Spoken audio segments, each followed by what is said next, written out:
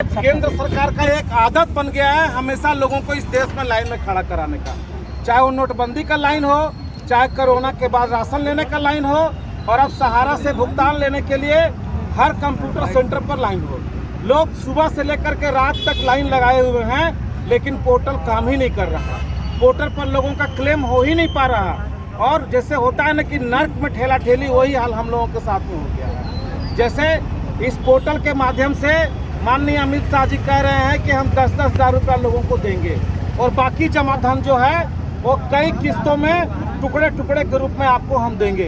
हम अमित शाह जी से पूछना चाहते हैं कि हमारे और सहारा के बीच में जो एग्रीमेंट था वो था कि 64 महीना में डबल देंगे, हर स्कीम पर 12%, 10% का इंटरेस्ट देंगे।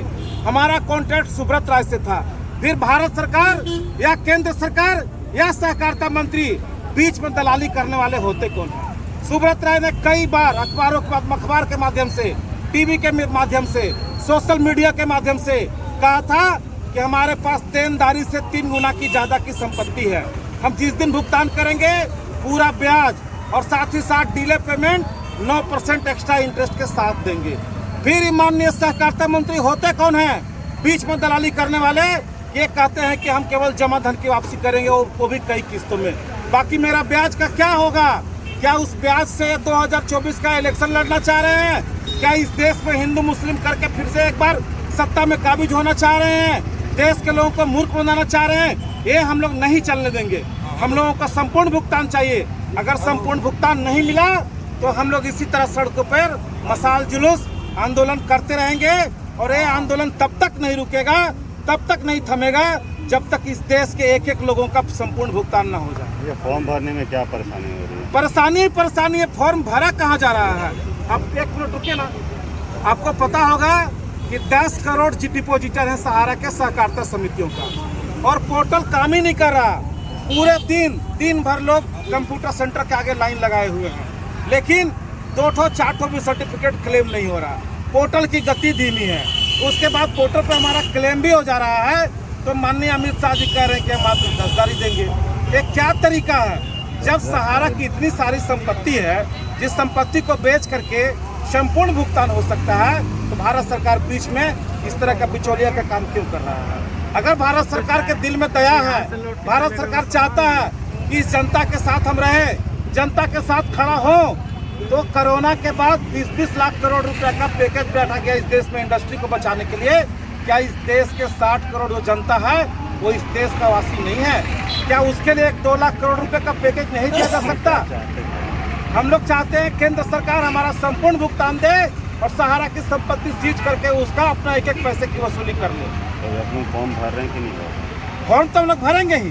फॉर्म क्यों नहीं भरेंगे? फॉर्म भी भरेंगे, आंदोलन भी करेंगे, और माननीय सुप्रीम कोर्ट में हम लोग अपनी बात भी कहने के लिए जा रहे हैं कि इस देश में बैठा हुआ कार्यपालिका के लोग, जिसने हम लोगों ने वोट देकर के जितवाया, वो हमारी बात नहीं सुन रही है। आज रक्षक ही भक्षक हो गया है। एक सुब्रत राय को बचाने के लिए इस देश के 50 करोड़ लोगों को सूली पर चढ़ा दिया गया है। पूरा देश जश्न मनाने की तैयारी में, आप क्या कहना चाहते हैं सर?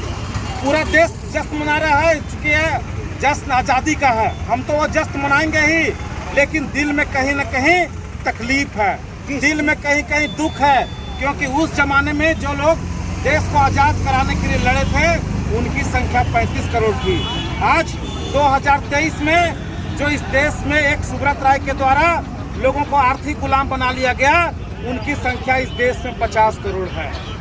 इस देश के लोगों को सोचना चाहिए कि आपका कैसा ये ऑडिट था, कैसा ये लाइसेंस था, जिसके माध्यम से एक व्यक्ति ने इस देश को 13 करोड़ जनता और उसके परिवार को आर्थिक गुलाम बनाया। क्या इस गुलामी से निकालने के लिए केंद्र सरकार के पास कोई योजना नहीं है?